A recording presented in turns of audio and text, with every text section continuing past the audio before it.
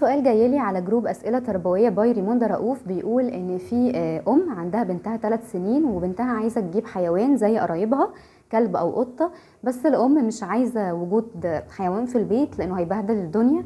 فبتسألني هل ينفع أرفض وهل من حقي أرفض وده هيأثر عليها نفسيا ولا لأ؟ طبعا من حقك ترفضي. بصوا يا جماعة، احنا كآباء وأمهات من حقنا ان احنا يكون عندنا رغبات تتحقق، وعندنا احتياجات، وعندنا حاجات مش قادرين ان احنا نعملها، عادي جدا يعني.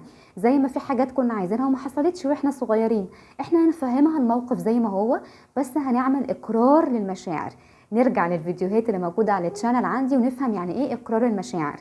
اقرار المشاعر بعترف بمشاعرها، بقول فعلا ان انا حاسه بيها، انه انا عايزه انا عارفه كويس يعني ايه نفسك في حاجه، بس الحاجه دي مش هينفع تيجي لظروف 1 2 3. انا حاسه بيكي جدا حبيبتي، غصب عنك ممكن يكون عندها شعور بالحزن وشعور بالغضب وشعور بالغيره، مشاعر كتيره جدا نقبلها عادي، بس للاسف انا مش هقدر اتحمله. خلاص، ده حل. لو انت عندك قادره بنسبه يعني، خليها هي اللي تجيبه وتعتمد على نفسها في التنظيف، وتتفقي معاها انه ده لو ما نظفناهوش بشكل كويس، او لو ما حصلش تنظيف بشكل كويس، انت مش هتمدي ايدك في الموضوع ده لو حصل. بس هي صغيره على الموضوع ده يعني، حسب رغبتك. بس انت طبعا من حقك انك تقولي لا لو انت مش قادره تتحملي ده، لانه في الاول وفي الاخر ده روح.